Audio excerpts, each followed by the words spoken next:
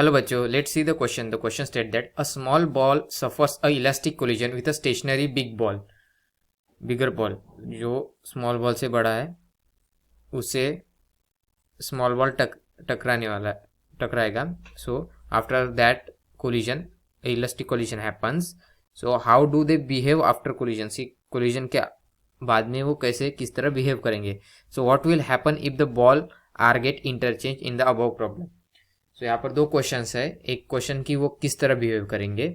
First of all ये problem किससे related है. ये प्रॉब्लम रिलेटेड है कंजर्वेशन ऑफ मोमेंटम की. कंसेप्ट क्या होगा.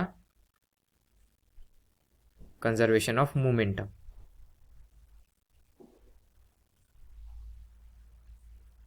Conservation of momentum.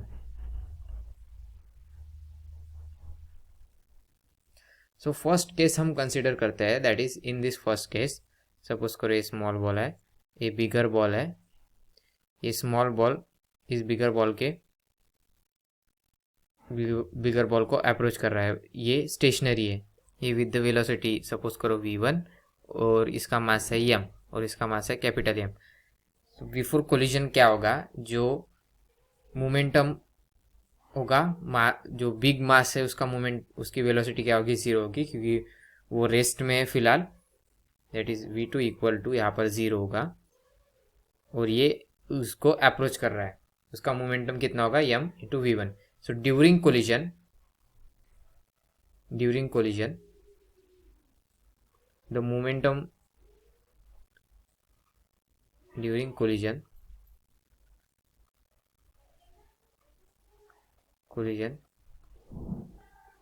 whole momentum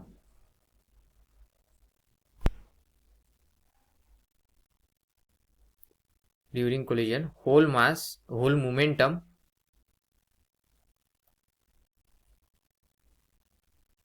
of the body of small mass, that is ये बॉडी ये कंसिडर करते हैं, इसको बॉडी भी कहते हैं,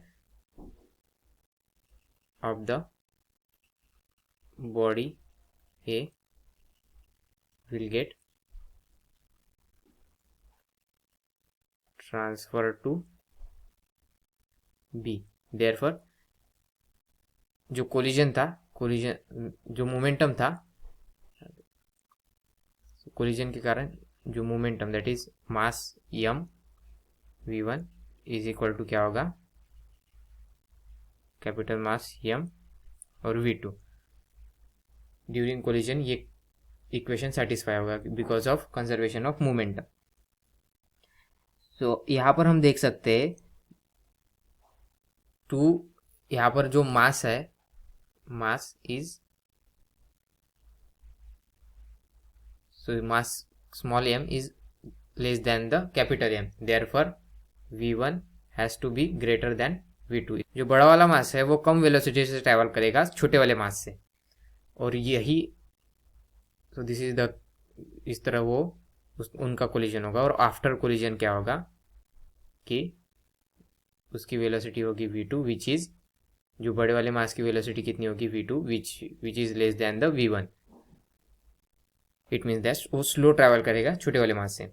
अगर वही चीज हम अगर इसे इंटरचेंज करते हैं, now in this case, in the next case that is this is object B जिसका मास है कैपिटल M, जो वेलोसिटी v2 से ट्रैवल कर रहा है एक स्टेशनरी मास A के तरफ,